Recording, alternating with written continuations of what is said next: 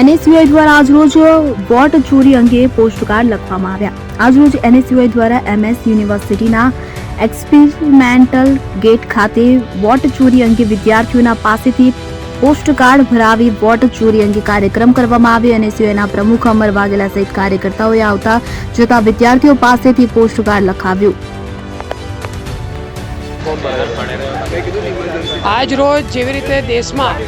vote ચોરીએ ચકચાર મચાવી દીધો છે અને રાહુલ ગાંધીએ આમાં આગેવાની લઈને ઇલેક્શન કમિશન પર ગંભીર સવાલો ઉઠાવીને દેશની જનતા સુધી જ્યારે વાત લઈ જતા હોય ત્યારે આજ રોજ વડોદરા NSUI દ્વારા